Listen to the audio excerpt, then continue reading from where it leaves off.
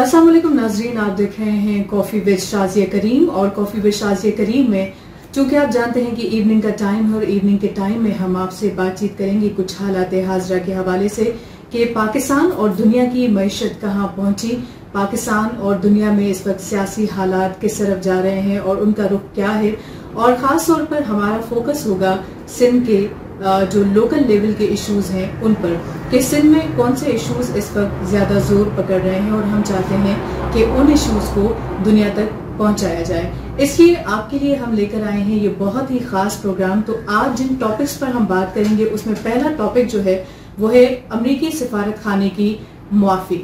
اب یہ معافی کیا رخ اختیار کرے گی اور یہ معافی کیوں لی گئی، یہ ایک بہت بڑا سوال ہے۔ اس پر میں بات نہیں کروں گی، بلکہ ہمارے ساتھ جو معزز مہمان موجود ہیں ان سے میں درخواست کروں گی کہ وہ اس معاملے پر روشنی ڈالیں۔ تو آج کے پروگرام میں جو ہمارے معزز مہمان موجود ہیں وہ بہت ہی اچھے تجزیہ نگار ہیں، شیر محمد کھوہاور صاحب۔ السلام علیکم۔ وعلیکم۔ کیسے مزاج؟ الحمدللہ سر ٹھیک ٹھاک ہیں؟ ٹھیک۔ اور کافی وچ شازیہ میں آپ کو خوش آمدید کہتی ہوں۔ کیا کہنا ہے سر آپ کا امریکی سفارت خانے کی معافی کے حوالے سے یا اس معاملے پر؟ بات اصل میں یہ ہے کہ اسحاق ڈار صاحب کا امریکن اخبار میں ایک آرٹیکل چھپا جس میں انہوں نے یہ تاثر دیا کہ امریکن عوام کی ایک بے وقوف سے جان چھوٹ گئی ہے اور ہماری جان بھی بہت جلد چھوٹنے والی ہے۔ ایسا ممکن ہے؟ ان کا ایک آرٹیکل تھا، ان کا ایک تجزیہ تھا، ان کی ایک بات تھی۔ اوکے۔ وہ جو اس آرٹیکل کا جو ایک جو تصویر انہوں نے جو نکالی، اسکرین شاٹ جو نکالی، وہ پاکستان میں امریکن ایمبیسی کی جو ویب سائٹ ہے اس پہ چلی گئی۔ اچھا۔ تو یہ پاکستان کے لیے اور خود امریکن حکام کے لیے باعث تشویش بات تھی کہ وہ اپنے ہی صدر کو، ڈونلڈ ٹرمپ کو بیوقوف کہہ رہے ہیں اپنی ویب سائٹ پہ۔ اچھا۔ اور ہمارے ملک میں بیٹھ کر کے ہمارے وزیر اعظم صاحب کو بھی بیوقوف کہا جا رہا ہے اور ان سے جان چھڑانے کی باتیں کی جا رہی ہیں۔ تو یہ سفارتی آداب کے خلاف ایک بات تھی۔ ایک بات یہاں پہ تو لازم سی بات ہے، ایسا نہیں ہونا چاہیے، جس پر ڈاکٹر شیرین مزاری صاحبہ، شہباز گل اور جو دوسرے حکومتی ترجمان ہیں انہوں نے سخت ایک موقف لیا، جس پر کل امریکن ایمبیسی نے اسلام آباد میں جو واقع ہے انہوں نے معافی تلافی کی ہے۔ انہوں نے کہا کہ یہ ان کی غلطی سے ہو گیا ہے، پتہ نہیں کیسے ہوا ہے، وہ اس کے خلاف ایکشن لے رہے ہیں۔ لیکن پاکستان حکومت یہ معافی نہیں مان رہی۔ شیرین مزاری نے کہا ہے کہ اٹس ناٹ انف، یہ انف نہیں ہے کہ بس وہ ہمارے وزیر اعظم کے لیے ایسے الفاظ اور ایسی اپنی بات کر دیں اور اس کے بعد معافی مانگیں۔ لیکن سوال یہ پیدا ہوتا ہے کہ اگر آپ ان کی معافی قبول نہیں کریں گے کہ آپ کے پاس پھر اور آپشن کیا ہے، یہ حکومت نے ابھی تک نہیں بتایا۔ ٹھیک ہے، آپ نے کہا کہ معافی مانگے، انہوں نے معافی مانگی، اگر وہ معافی نہیں مانگ رہے اب آپ کیا کریں گے یہ دیکھنا پڑے گا کہ اب عمران حکومت امریکن ایمبیسی کے خلاف کیا کر رہا ہے۔ سر آپ کو کیا لگتا ہے بحیثیت تجزیہ نگار کے عمران خان کے دماغ میں اس پر کیا چل رہا ہوگا اور ان کے کیا ایکشنز ہو سکتے ہیں؟ دیکھیں عمران خان کے جو ایکشن ہے، ان کا جو دماغ ہے، وہ 26 مہینوں میں انہوں نے یہ ثابت کیا ہے کہ ان کے پاس ایک پلیئر کا، ایک راندیگر کا، ایک کھلاڑی کا دماغ تو ہے لیکن ایک سیاستدان کا نہیں ہے۔ وہ تو سر طے بات ہے، کیونکہ آج ہی یہ خبر چھپی ہے، کل وہ انہوں نے اپنے ترجمانوں کا اجلاس بلایا ہے جس میں وفاقی وزراء بھی تھے، اور ان میں ان کو ہدایت کی گئی ہے کہ حکومت جو اپوزیشن ہے اس کو سخت سے سخت جواب دیں۔ اچھا۔ وہ غداری کی حد تک آ گئے ہیں۔ بھائی کیوں غداری کی حد تک آ گئے ہیں؟ وہ ملک کی بات کر رہے ہیں، قوم کی بات کر رہے ہیں، مسائل کی بات کر رہے ہیں، آپ ان کو جواب دیتی رہیں۔ آپ کا کام یہ تھوڑی ہے کہ آپ الجھنا، اور وہ بھی حزب اختلاف کے ساتھ الجھنا، یہ آپ کی ذمہ داری نہیں بنتی اور نہ ہی یہ بات آپ کو زیب دیتی ہے۔ لہٰذا عمران خان کو پروو کرنا پڑے گا کہ now he is a politician, جو ابھی تک وہ نہیں کر پا رہے۔ صحیح سر، جبکہ ان کا تو بڑا ہی دعویٰ تھا کہ جی 100 دن آپ مجھے دے دیں، میں پاکستان کی تقدیر بدل دوں گا، اور اس وقت اتنی بڑی ویب سائٹ کے اوپر ان کو بیوقوف قرار دے دیا گیا ہے۔ تو ان کے اپنے کول آف فیل کا یہ تضاد، جو جس آدمی نے انہیں بیوقوف قرار دیا ہے وہ تو شروع سے ان کا مخالف ہے، اسحاق ڈار صاحب نے کہا، وہ انہوں نے کہا ہے۔ اور جہاں تک 100 دن کی بات ہے تو 800 دن سے زیادہ انہیں حکومت میں ہو گئے ہیں۔ 800 4 یا 5 دن ہو گئے ہیں انہیں اقتدار میں آئے ہوئے، اور ابھی تک باتیں وہی کر رہے ہیں جیسے وہ حلف لے کر کے باہر نکلے ہوں کہ ہم یوں کر دیں گے، وہ کر دیں گے، کسی کی ٹانگیں توڑیں گے، کسی کو جیل میں ڈالیں گے، کسی کو نہیں چھوڑوں گا، بس سلطان رائی اسٹائل. اس اسٹائل کو چینج کرنا پڑے گا. تو یہ معافی کے معاملے پہ کہیں ایسا تو نہیں کہ یہ اپنا کوئی الٹا رد عمل ظاہر کریں گے جس سے کہ ان کو خود کو ہی نقصان میرے خیال آپ بالکل بجا فرما رہی ہیں. ایسی باتیں ہو جاتی ہیں اور نادانستہ طور پر ہو جاتی ہیں. کسی نچلی سطح کے کسی بندے کی یہ حرکت ہو سکتی ہے، اس میں پورا سفارت خانہ یا ایمبیسی یا امریکن گورنمنٹ انوالو نہیں ہو سکتے. تو جب معافی مانگی جاتی ہے تو اصولاً معاف کر دیا جاتا ہے، لیکن کیونکہ یہ سیاست کے نئے نئے کھلاڑی ہیں لہٰذا حکمرانوں کی طرف سے اس قسم کی باتیں ہو رہی ہیں کہ ہم معاف نہیں کریں گے، ہم معافی نہیں دیں گے. ہمیں نہیں دیں گے تو آپ کریں گے کیا؟ اسی تنخواہ پہ کام کریں گے اور کیا کریں گے. بالکل سر، ایک اور سوال آپ سے کرنا چاہوں گی کہ پاکستان ایران کا اسلامو فوبیا کے بڑھتے رجحان پر جو اظہار تشویش دونوں ممالک نے کیا ہے اس پر آپ کا کیا رد عمل ہے؟ دیکھیے نا، یہ فرانس کے صدر نے جب ان کا اسٹیٹمنٹ آیا، ایک اسٹیٹمنٹ ان کا آیا تھا اور رسالت مآب صلی اللہ علیہ وسلم کے بے حرمتی کی گئی، ان کے کارٹون وہاں پر دیواروں پہ لگائے گئے، یہ کیا. اس کے بعد ایک وہیں پر پرتشدد کارروائیاں بھی ہوئیں. پوری امت مسلمان نے انہیں اس کو کنڈیم بھی کیا. اور ایران نے ایک اچھا کام کیا. وہ کام یہ ہے کہ جس جگہ پہ تہران میں یہ فرانسیسی سفارت خانہ ہے، اس جگہ پر اس روڈ کا انہوں نے نام ہی خیابان محمد رسول اللہ رکھ دیا. یعنی محمد رسول اللہ روڈ، خیابان روڈ کو بولتے ہیں فارسی میں. یعنی ڈیفینس میں بھی جو خیابان ہے یہ لفظ ہم نے فارسی زبان سے لیا ہے. تو انہوں نے روڈ کا نام ہی خیابان محمد رسول اللہ لکھ دیا. یعنی اب جو بھی کرسپونڈنٹ کرے گا فرینچ سفارت خانہ تہران میں بیٹھ کر کے دنیا بھر میں یا اپنے ملک کے ساتھ، انہیں محمد رسول اللہ کا لفظ استعمال کرنا پڑے گا. یہ ہوتا ہے ایک ویژن. تشدد کے ذریعے نہیں، ویژن کے ذریعے ہمیں جواب دینا چاہیے. اور میں ایران کے اس اقدام کی حمایت بھی کرتا ہوں، تائید بھی کرتا ہوں اور اسے احسن بھی قرار دیتا ہوں.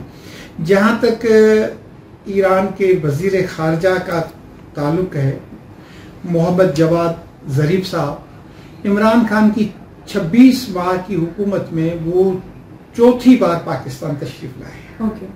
اور وہ ایک جذبے کے ساتھ آئے ہیں. انہوں نے شاہ محمود قریشی کے ساتھ ملاقات کی ہے، انہوں نے آرمی چیف کے ساتھ ملاقات کی ہے، جنرل قمر جاوید باجوہ صاحب کے ساتھ، انہوں نے وزیر اعظم صاحب کے ساتھ ملاقات کی. یہ ان کا جو دورہ ہے یہ بہت ہی ایک اہمیت کا حامل ہے.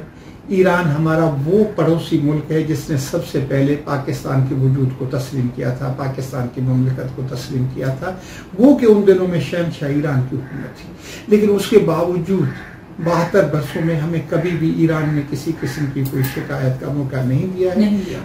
حال ہی میں سرحدوں پر جو یہ حالات خراب ہوتے رہے تو دونوں ممالک نے مل بیٹھ کر کے ان کے حل بھی نکال دیے ہیں. ایران ہمارا قریبی ملک ہے. ایران ہمیں گیس دینا چاہ رہا ہے. یہ صدر زرداری کی حکومت میں یہ طے ہوا کہ ایران اپنے حصے میں گیس پائپ لائن کا کام پورا کرے گا، پاکستان اپنے حصے میں. اور سر اگر میں غلط نہیں ہوں تو غالباً یہ منصوبہ 2009 کے اندر سٹارٹ ہوا تھا. آپ بالکل بجا فرماتی ہیں. یہ جو منصوبہ ہے 2012 کا ہے، جب آصف علی زرداری صاحب کی حکومت اپنے اقتدار میں تھے، ختم ہونے میں کچھ ہفتے رہ گئے تھے. تو یہ ہوا تھا. اور اس کے بعد کیا ہوا کہ اس میں یہ معاہدے کی یہ شک تھی کہ اگر جو بھی حکومت کوتاہی کرے گی اس پر ڈے کے حساب سے جرمانہ عائد ہوگا. ایرانیوں نے اپنا کام پورا کر دیا. ہم نے ابھی تک کوئی کام نہیں کیا. جو جرمانہ تھا وہ بھی ایرانیوں نے ہمیں معاف کر دیا. ایرانی کہہ رہے ہیں کہ آپ ہم سے تیل لیں، ہم آپ کو سستا تیل دیں گے. ہم 100 روپے سے بھی زیادہ تیل جو مہنگا اپنے صارفین کو دے رہے ہیں. ایران سے لاکھوں لیٹر تیل روزانہ چوری ہو کر کے، اسمگلنگ ہو کر کے پاکستان میں آ رہا ہے. کراچی کے پیٹرول پمپوں سے لے کر کے پورے پاکستان میں بک رہا ہے، لیکن اس کا فائدہ پاکستان حکومت کو نہیں جا رہا. ہم اس سے قانونی طور پر تیل لینے کو تیار نہیں. ایران میں چاول کی سب سے بڑی ڈیمانڈ ہے. ایرانی چاول بہت یوز کرتے ہیں. میں آپ کو یہ عرض کروں کہ صرف امام علی رضا کا جو روزہ ہے مشہد میں، وہاں پر روزانہ 8000 لوگوں کو کھانا کھلایا جاتا ہے. اس پر اور وہ چاول ہوتا ہے. اچھا، یہی موسم قم کے روزے کی قم کی یہ بات ہے. وہ کہہ رہے ہیں کہ ہم جب انہوں نے چاول کی بات کی، ہم نے چاول بھیجنے چاہے، ہمارے بیپاریوں نے چاول بھیجنے چاہے. جب ٹرالر جو ہے وہ تافتان کے قریب پہنچے تو ہمارے اداروں نے، ہمارے جو لوگوں نے ان کو روک لیا. اب وہ کئی دنوں تک ٹریلر کا کرایہ ان کے اوپر چڑھتا جا رہا ہے. بیپاری نے کہا کہ بھائی ہم کیوں لے کے جائیں، ہم کیوں لیں. وہ انڈیا سے چاول خرید رہے ہیں. ایرانین کہہ رہے ہیں کہ جی ہم سے آپ سستی میڈیسن لیں، کیونکہ پورے خطے میں سب سے زیادہ اور سب سے مؤثر میڈیسن وہ ایران کی بن رہی ہے، لیکن ہم ان سے لینے کو تیار نہیں. جبکہ پاکستان میں اس حوالے سے مہنگائی کے جن حد سے زیادہ قابو نہیں کیا اور میڈیسنز کی کووڈ کے بعد جو رقم ہے وہ 4 گنا سے بھی زیادہ 3-4 بار بڑھ چکی ہے. اور دوسری بات یہ کہ وہ کہہ رہے ہیں کہ کہیں پر بھی آپ جب کاروبار میں جائیں گے تو آپ کو بینک کھولنا پڑے گا. پاکستان میں اتنی بینکیں ہیں، وہ ایک برانچ کسی بھی بینک کی وہاں کھول، پاکستان حکومت اس بات پر تیار نہیں ہے. ہم لوگ اپنے سے ہزاروں میل دور بیٹھے ہوئے امریکہ کی تابع داری کرنے کو تیار ہیں. دوسرے ممالک کے ساتھ جو ہم سے سینکڑوں میل دور ہیں ان سے ہم رابطے کرنے کو تیار ہیں، ان کی خوشامد کرنے کو تیار ہیں، لیکن جو اپنا پڑوسی ملک ہے اس کو سہارا دینے کو تیار نہیں ہے. تو عمران خان حکومت کو چاہیے، موجودہ حکومت کو چاہیے کہ تھوڑا خطے کے ممالک کی طرف بھی دیکھیں، علاقے کے ممالک کی طرف دیکھیں، ایران کی طرف دیکھیں، چائنا کی طرف دیکھیں، رشیا کی طرف دیکھیں، ترکی کی طرف دیکھیں. ہمیں جو ہے نا ایک نئی طاقت کے ساتھ پاکستان کو اپنے پاؤں پہ کھڑا کرنا ہے. اگر بجلی نہیں ہے تو مجھے نہیں ہے، میرے لوگوں کو تکلیف ہے، امریکن کو تکلیف نہیں ہے. یہ بات ہمیں سوچنی پڑے گی. بالکل بجا فرمایا آپ نے، اور بہت ہی تفصیلاً آپ نے اس کا جواب دیا اس سوال کا.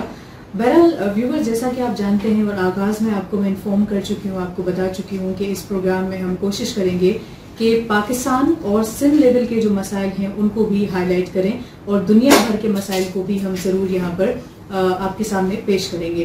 اب میں بات کرتی ہوں خاص طور پر کشمیر کے اندر جو ریپ کیس ہوا ایک ماں کا اور اس کی بیٹی کا، تو وہ بہت ہی ہولناک اور بہت ہی ایسا ایک واقعہ تھا کہ جب وہ ویڈیوز میرے سامنے آئی، جب وہ ویڈیوز میں نے دیکھی تو مطلب دل چاہ رہا تھا کہ کاش زمین پھٹ جائے اور ہم اس کے اندر دھس جائیں.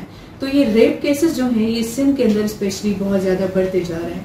تو سر اس حوالے سے آپ کا کیا کہنا ہے کہ یہ کیوں ریپ کیسز بڑھتے جا رہے ہیں، اور نوکری کا جھانسا دے کے ایک ماں اور اس کی بچی کے ساتھ یہ جو زیادتی کی گئی اس پر آپ کا کیا خیال ہے؟ شازیہ، میں تو کہتا ہوں کہ زمین پھٹ کیوں نہیں جاتی، اور سندھ کی جو روایات ہیں، سندھ کی جو باتیں ہیں، وہ اس میں دفن کیوں نہیں ہو جاتی. کوئی ہمارے اوپر یہ یقین کرنے کو تیار ہی نہیں ہے ان واقعات کے بعد کہ کوئی سندھ میں یہ بھی روایت ہے کہ نیانی 7 قرآن، ایک خاتون، ایک بچی، ایک عورت کا درجہ 7 قرآنوں کے برابر ہوتا ہے. یہ ہماری جو روایاتیں ہیں وہ ختم ہوتی جا رہی ہیں. اس روایت کے بعد اس بات پر کون یقین کرے گا کہ اگر کسی کے 7 خون ہو جائے، 7 قتل ہو جائے، اور کوئی خاتون آ جائے تو اس کے سر پر ہاتھ رکھ کر کے اسے دوپٹہ پہنا کر کے خون معاف کر دی جائے. یہ بہت ہی دکھ اور افسوس کی بات ہے. اور اس سے بڑی، میں نے کل بھی اسی اپیل ٹی وی کے ایک اوپن سیکرٹ پروگرام میں اس پہ تفصیلاً بات کی تھی، لیکن جو آج مجھے دکھ ہوا ہے، مجھے تکلیف ہوئی ہے، مجھے افسوس ہوا ہے، وہ یہ بات سن کر کے کہ یہ پتہ چلا ہے کہ جو وہاں کا ایم این اے ہے جس کا تعلق پاکستان پیپلز پارٹی سے ہے، مزاری صاحب، وہ اس معاملے کو لے میٹ کرنے کو، یعنی کہ دبانے پر، معاملے کو ختم کرنے پر تلے ہوئے.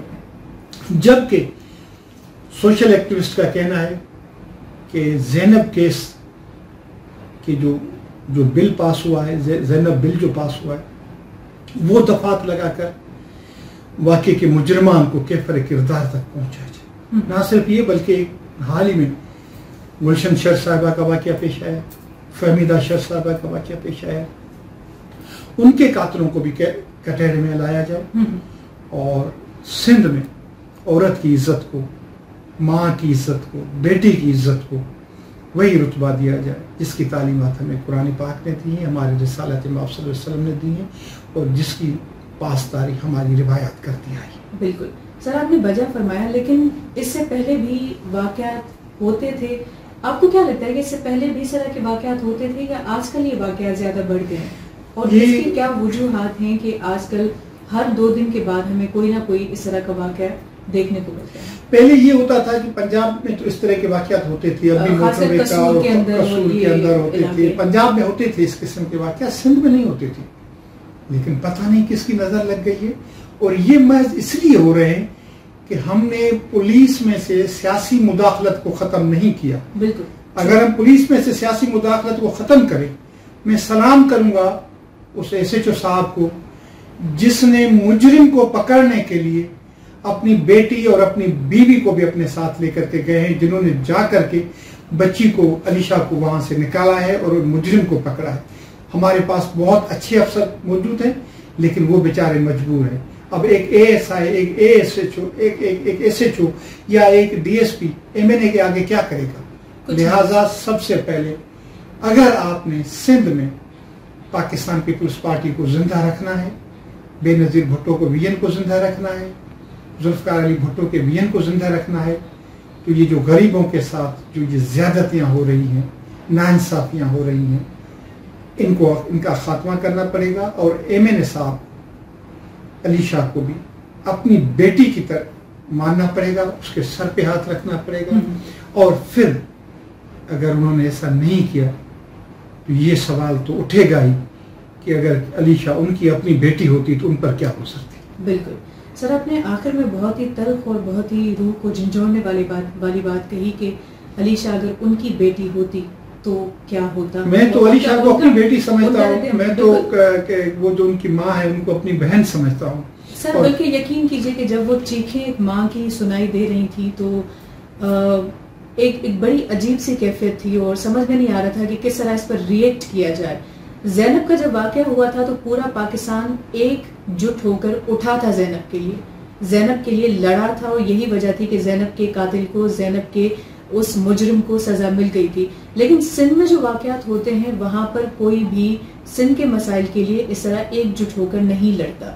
وہاں پر پورا پاکستان ہمیں دکھائی نہیں دیتا. اکا دکا چند لوگ ہیں، چند سوشل ایکٹیوسٹ ہیں جو کہ کام کر رہے ہوتے ہیں سوشل میڈیا پر یا ٹی وی چینلز پر. بہت کم لوگ ہوتے ہیں جو بات کرتے ہیں.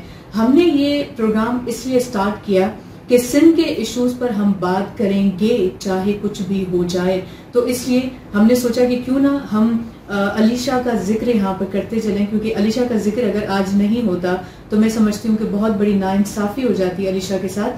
اسی طرح اپنے اپنے پلیٹ فارم پر یا اپنے اپنے طریقے سے اگر آپ اس طرح کے ایشوز کو ہائی لائٹ کر سکتے ہیں اور ان پر بات کر سکتے ہیں تو آپ سے یہی اپیل کروں گی کہ خدا را بات کیجئے، خدا را لکھیے. آج علیشہ ہے، کل آپ کی یا میری بیٹی بھی وہاں پر ہو سکتی ہے. اس لیے جب بھی کہیں اس طرح کا کوئی واقعہ ہو تو خدا را اس پر آواز اٹھائیے.